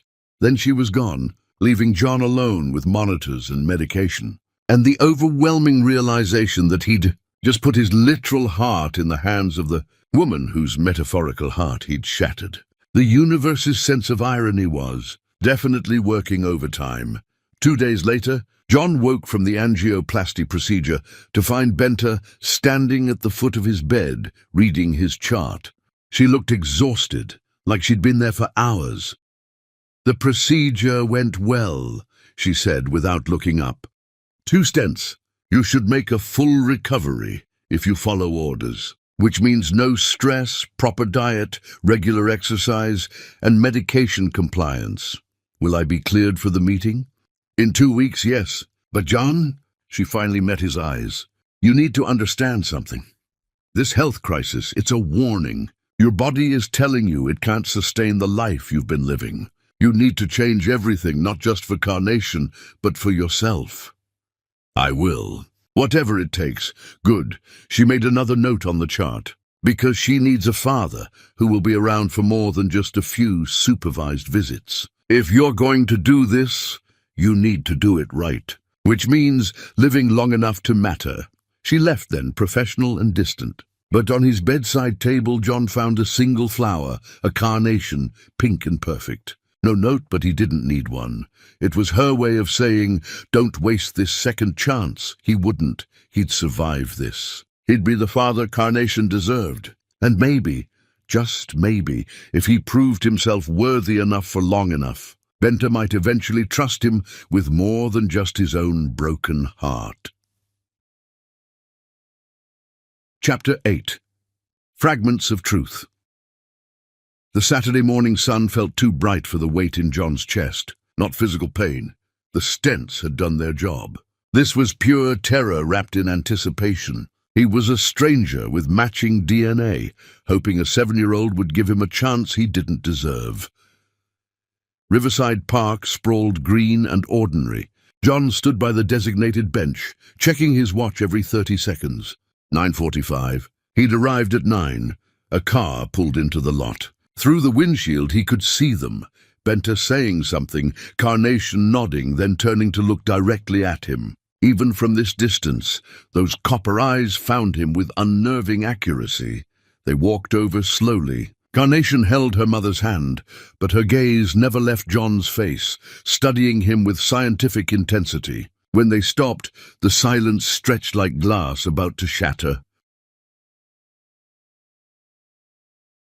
"Hello, you must be Carnation, and you must be John Cooper, my biological father." "Carnation," Benter warned softly. "What? That's what you called him?" She looked up at her mother, then back at John. "Am I supposed to pretend we're something we're not?" John laughed, a real laugh, the first in years that felt genuine. "No pretending. You're absolutely right. That's exactly what I am. Stranger, man who needs to earn the right to know you." Something shifted in Carnation's expression. Not trust, but curiosity warming into possibility. "Okay, so how do you plan to earn it?" "It's a fair question," John said, kneeling to her eye level. "Honestly, I don't know yet. Maybe we figure it out together. You can ask me anything. Test me. See if I'm worth your time." Carnation tilted her head, a gesture so achingly familiar John's throat tightened. He'd done that exact movement his entire life. "Do you have any other kids?" "No, you're my only child. Have you been married to anyone else?" "No, and I'm not married now." "Why did you believe those fake pictures instead of trusting my mom?" The directness stole his breath. Benter made a small sound of protest, but Carnation pressed on. "If you loved her, why didn't you believe her?" This was the test. Could he be honest with a child about adult failures? "'Cause I was weak, scared. I let someone I trusted tell me lies that were easier than trusting something that required work. That's stupid." Yes, it was incredibly stupid. "So, why should I trust you?" "You shouldn't. Not yet." John felt Benter's surprise. "Trust is earned through consistent action over time. So I'm here to start earning it, however long that takes." Carnation studied him. "Do you ever tilt your head when you're thinking really hard?" The question caught him off guard. "Yes, all the time. Why?" "Because I do that too. I always wondered where I got it from." A small smile. "I got it from you." The simple statement hit like a physical blow. This child carried pieces of him in her gestures. "I'm sorry," he said, voice breaking. "I'm so sorry I wasn't there. It's okay. Mama says people make big mistakes. But mistakes can be learned from if the person really wants to change. I want to change. I have changed. I'll prove it to you. Okay, can we go play on the swings now? This talking is making me nervous." They walked to the playground, John keeping respectful distance as Carnation claimed a swing. Benter stood guard nearby. John hung back, content to observe his daughter pumping her legs, flying higher with each arc. "She's amazing," he said softly to Benter. "I know." No warmth in Benter's voice, but no ice either. "She's too smart for her own good." "She got that from you." "And the stubbornness from you." A pause. "She's been researching you, looking up your name online." "What did she find?" "Enough to build a picture." Benter's gaze never left Carnation. "She asked me if you were a good person. I said you made terrible choices, but maybe you were trying to be better." "Don't make me a liar, John." "I won't." After an hour, Carnation returned. "I'm thirsty." John bought apple juice from the snack cart. They sat on the bench together, Carnation in the middle, parents on either side like bookends. "Can I ask you something else?" Carnation sipped thoughtfully. "Always. Do you think about me when we're not together?" The question was so vulnerable, so clearly the heart of what she really wanted to know. every minute of every day. Whether you're happy, what makes you laugh, what scares you. I think about all the moments I missed and all the ones I hope I'll get to see. Mama cries sometimes at night. She thinks I'm asleep, but I hear her. Is she crying about you? Benta stiffened. Carnation, that's private. If she's still crying about you after all this time, that means she still cares. Maybe there's hope for fixing what got broken? Some things can't be fixed, Flower, Benta said gently, but you fix broken hearts for a living. If you can fix other people's hearts, why can't you fix your own? Neither adult had an answer. John watched Benta struggle with emotions she didn't want to show. Time's up, Benta announced, standing abruptly. We need to get home. Next Saturday, same time, same place? John asked. We'll see. Same time, same place, John said firmly to Carnation. I promise. I'll be here. She surprised him by taking his hand briefly. You're not as scary as I thought you'd be. You're braver than I could ever be. As they drove away, Carnation looked back twice, waving.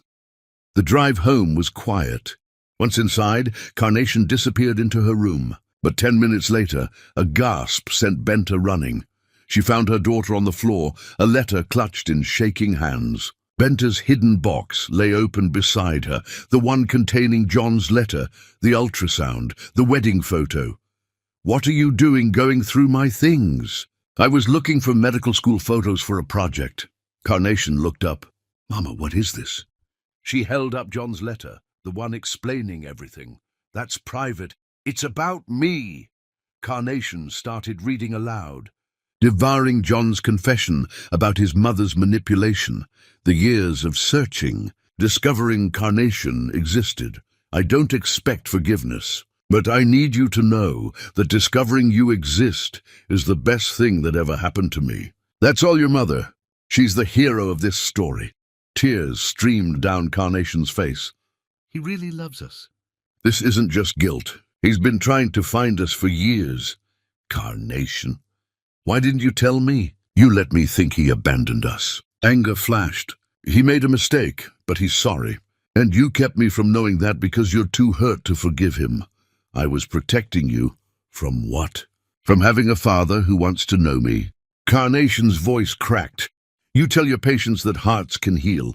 Why doesn't that apply to us? Benta had no answer. Her daughter had identified the central hypocrisy. She believed in second chances for everyone, except the person who'd hurt her most. He hurt me, Flower. Badly. I know, but people can change. You taught me that? Carnation wiped her face. Don't I deserve a chance to have a father? Don't we all deserve a chance to be a family? We are a family, you and me, but what if it could be more? Carnation's question was devastating. What if broken could become whole again? Benta's phone buzzed. A text from John. Thank you for today. It meant everything. I'll be there next Saturday. I promise. She showed it to Carnation, who smiled through tears. See, he keeps his promises now.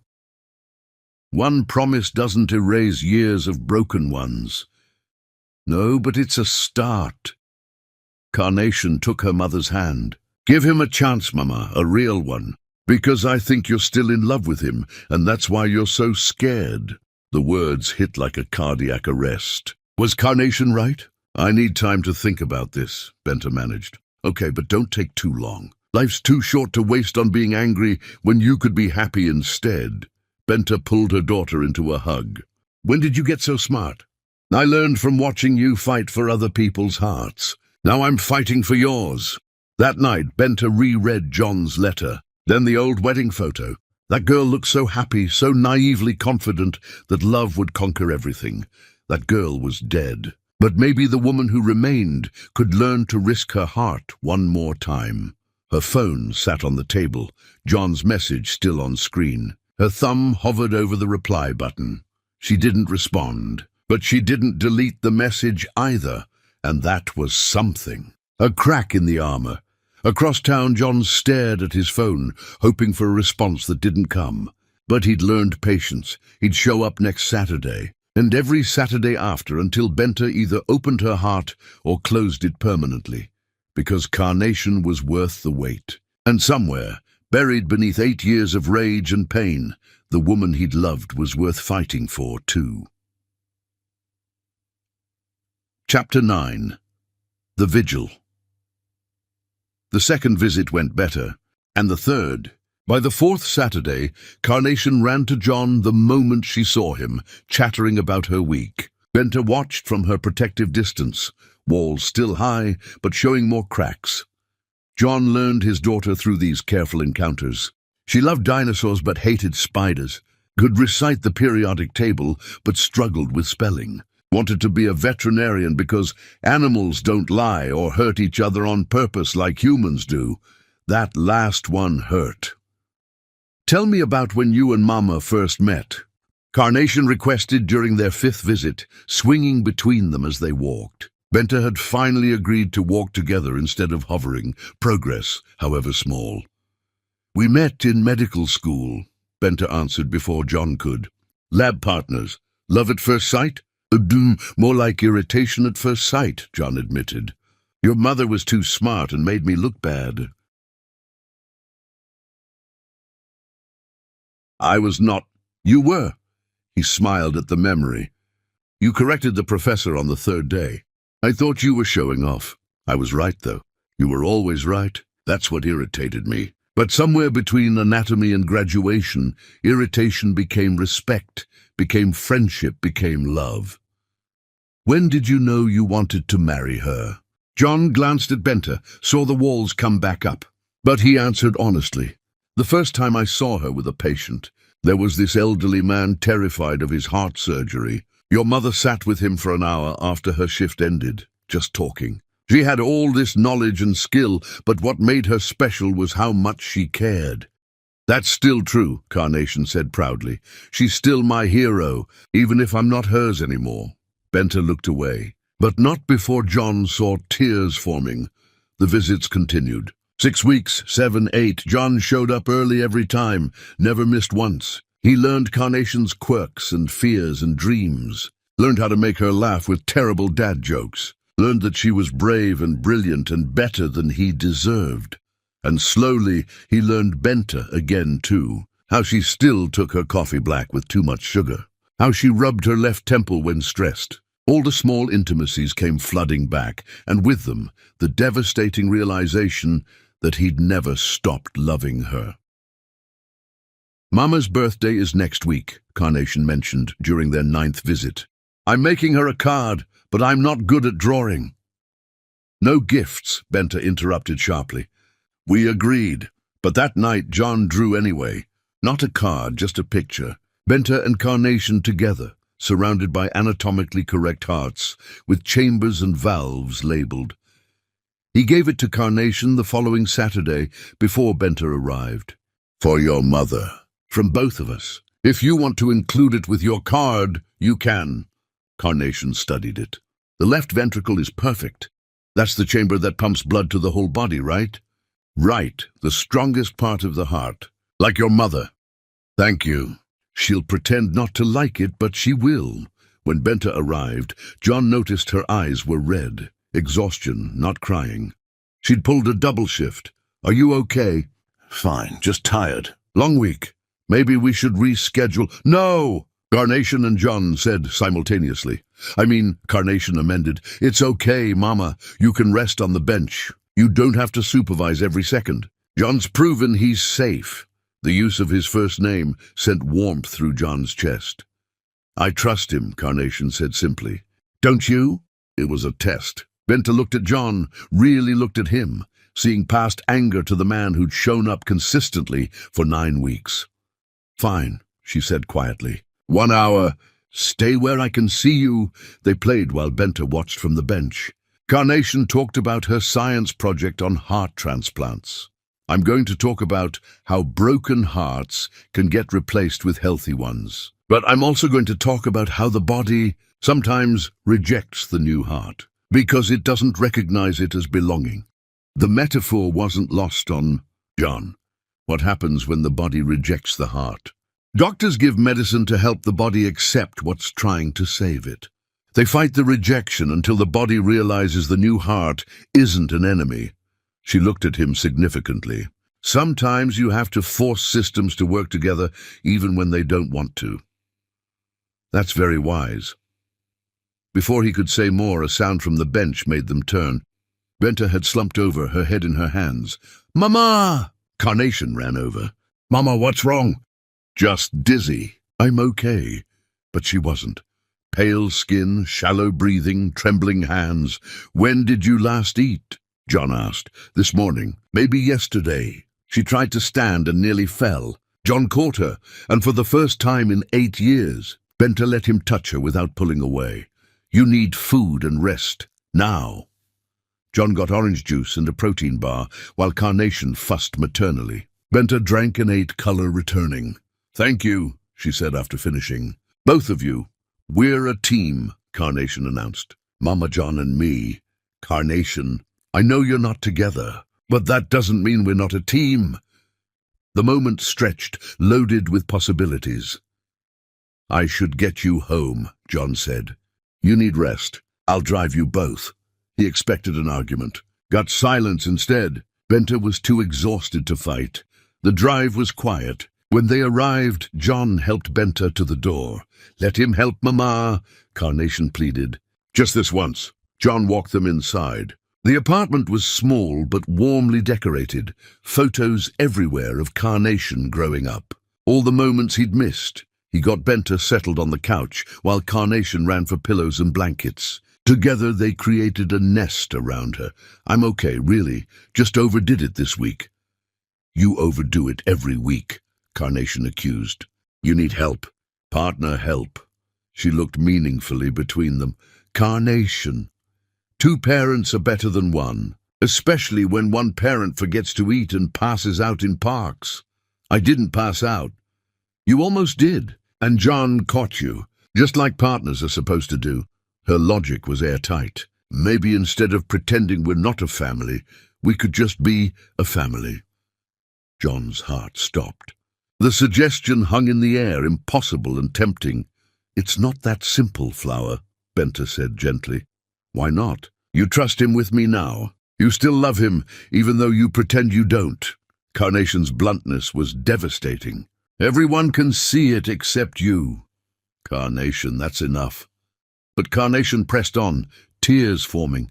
"I just want us to be happy. All of us, together. Is that so wrong?" John knelt beside her. "It's not wrong at all, but your mother and I have a lot of history to work through. But it can be fixed with time and effort, right? That's what you tell patients, Mama. Hearts aren't relationships. They're exactly the same." Carnation was crying now. "You fixed John's broken heart with surgery. Why can't you fix your broken heart with him?" The room fell silent except for Carnation's sobs. Benta pulled her close. "I should go," John said quietly. "No!" Carnation pulled away. "Please don't go. Can we just sit here together, like a normal family? Just for a little while?" How could he say no? So they sat. Carnation fell asleep within minutes. Benta's eyes drifted closed soon after. John sat vigil, studying Benta's sleeping face. She was still beautiful. Still everything he'd ever wanted and thrown away. An hour passed. 2. Benta stirred, opened her eyes. "You stayed," she whispered. "She asked me to." "You could have left." "I couldn't. Not when she looked at me like leaving would break her heart." He paused. "I've broken enough hearts in this family." Benta's eyes glistened. "John, I love you." The words escaped before he could stop them. "I never stopped. I know I don't have the right to say that, but I need you to know it's true. I'm not asking for anything. I just needed to say it once, because it's the truest thing I know." Tears slid down Benta's cheeks. "You can't just say things like that. I don't expect anything. I just wanted you to know that when I look at you, I see the only woman I've ever loved. Whether you forgive me or not, that won't change." She opened her mouth to respond, but movement outside caught John's attention. A man staggering past, then collapsing on the sidewalk. "Someone just went down outside," John said, already moving. "Call 911. Benta was up instantly." She grabbed her phone while John ran for the door. But the stress, the sudden movement, and his still healing heart proved dangerous. 3 steps from the door, John's chest exploded in pain. The world tilted, his vision grayed. He heard Benta scream his name, felt his knees hit the floor, and then nothing but Carnation crying, "Daddy!" As darkness claimed him, the word echoed in his fading consciousness, Daddy. It was worth dying for, that word, but he really hoped he wouldn't. Chapter 10. Carnation's Choice. John woke to monitors beeping, antiseptic smell, familiar hospital sounds. His chest ached, but differently, like something repaired rather than broken further. "You're awake." Benta sat beside his bed in doctor mode, chart in hand, eyes red-rimmed. "Welcome back. How long?" 18 hours. Emergency stent for another blockage. You could have died on our living room floor." The memory flooded back. The man outside, his chest seizing, and Carnation's voice, "Daddy." "Where's Carnation?" At school." "I didn't want her sitting here all day worrying." Benta set down the chart. "She was the one who called 911. She saved your life, John. She called me Daddy." "I know. You kept mumbling it during the procedure. I thought I was dying, and all I could think about was that I got to hear her say it once.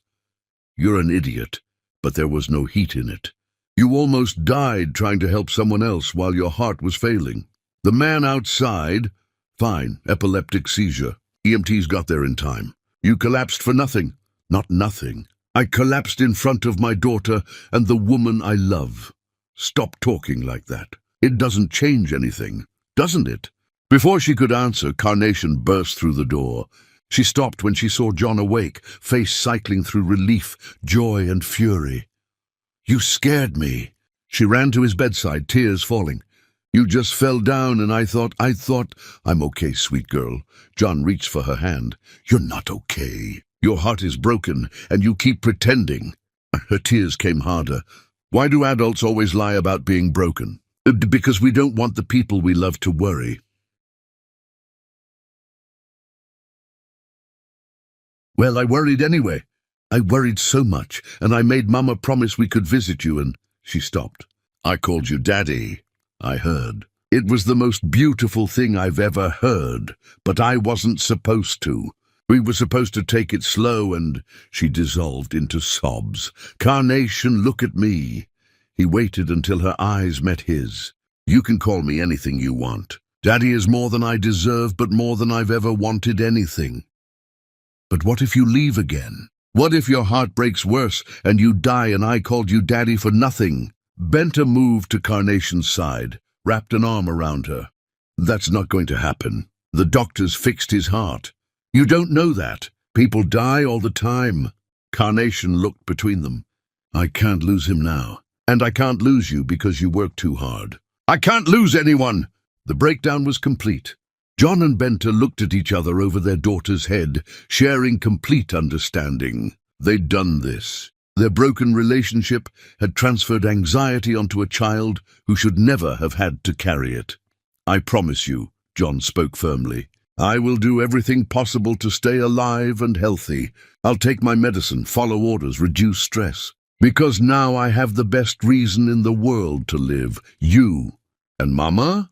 The question hung there, loaded. Carnation looked up at Benta. "Do you love John, Mama? Really love him?" "Carnation, that's not fair." "It is. It's the most fair question ever." She pulled away, standing between them like a tiny judge. "I've been watching you. The way you look at each other. The way Mama kept that rose, even though she threw the others away. The way you almost cried, Mama, when he said he loved you. You were supposed to be asleep."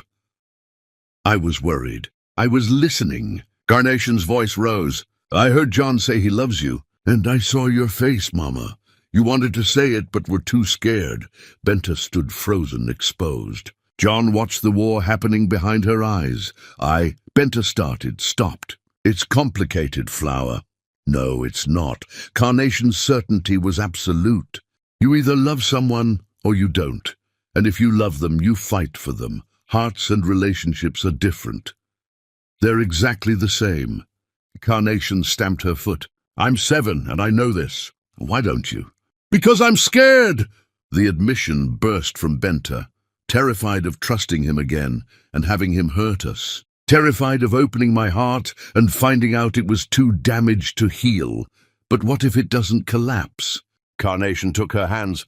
What if it works? What if we could be happy? Don't you want that? Of course I want that. Then why are you fighting it? Benta looked at John, and for the first time since the divorce, he saw her completely vulnerable. What if you change your mind? She whispered. What happens to Carnation then? Then she'll have learned that sometimes love means trying even when it's hard. John sat up despite the pain.